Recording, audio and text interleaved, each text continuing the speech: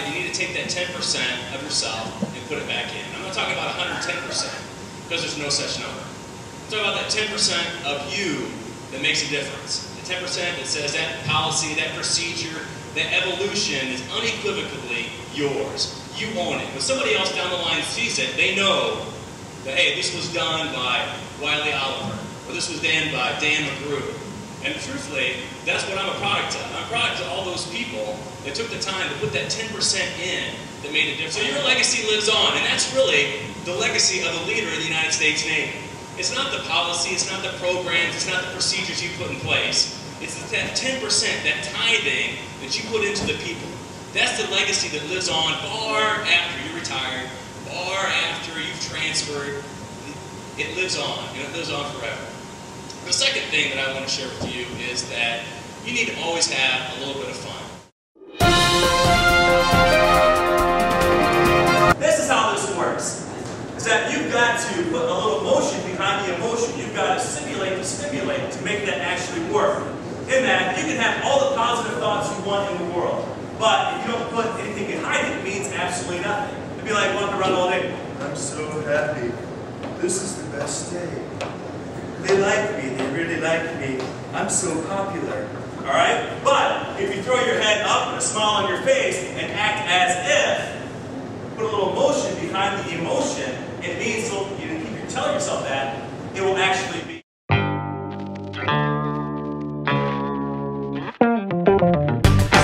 In 22 years, what I've learned through 2 command tours and being the director of security, I had a composite security force of 300 people during one of the most trying times I had ever experienced as a leader, is that people are messy. Organizations are made up of people, ergo, organizations are messy places. You can have the best processes you want in the world, you can be as lean and mean and fight machine as you want to go, but if you're not putting the emphasis on the leadership that you need to put, then it's pretty much all for naught.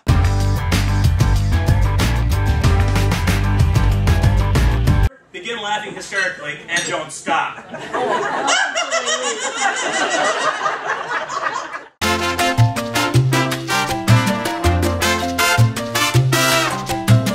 What's the vision? What are the principles that are guiding us? For the organization and departmentally. And then also looking at the guiding rudder for the organization of the strategy. And the strategy has basically, 3 components. First is an answer to, hey, where are you at? And I'm sure you all do customer service surveys. How many of you do customer service surveys? Okay, maybe you don't know where you're at.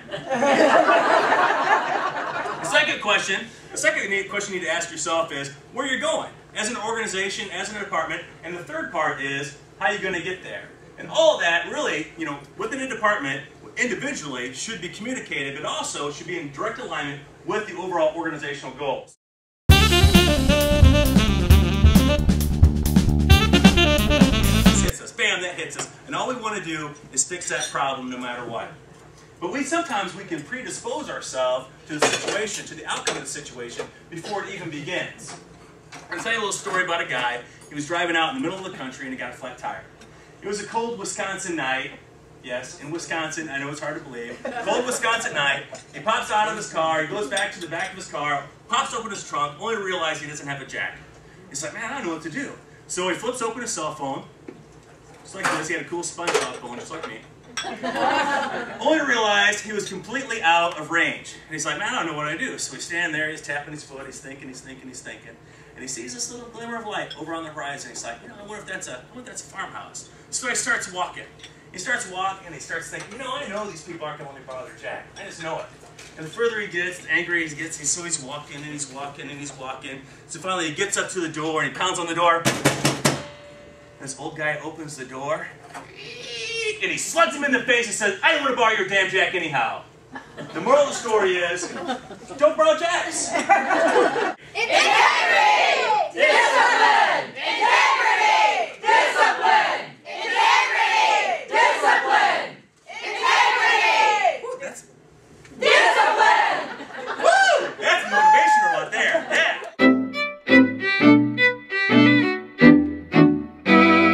Learn work to add that element of playfulness. There are things you can do. You could have your own humor first aid kit. And what I brought for each of you is your own humor first aid starter kit today. And what it is, everybody gets one. It's like my Christmas present to you. Hello. Is that I brought each one of you your own fortune-telling fish. So if I can get a volunteer, I'm going to make sure everybody gets one of these. I'm going to show you exactly what they do. Come on, you need to stand up. All right, we take your fortune-telling fish, and this is reusable, by the way. Okay. You can use it time and time again. Is that you take your fortune-telling fish, you place it in the hand, and it'll tell you exactly how this person is feeling.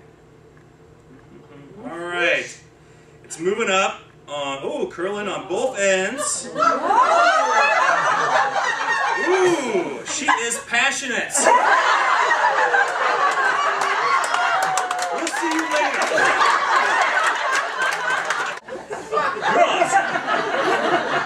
And you should wake up every day and be just like Captain James Tiberius Kirk from the USS Enterprise. I'm sorry, I can't hear you over the sound of how awesome I am.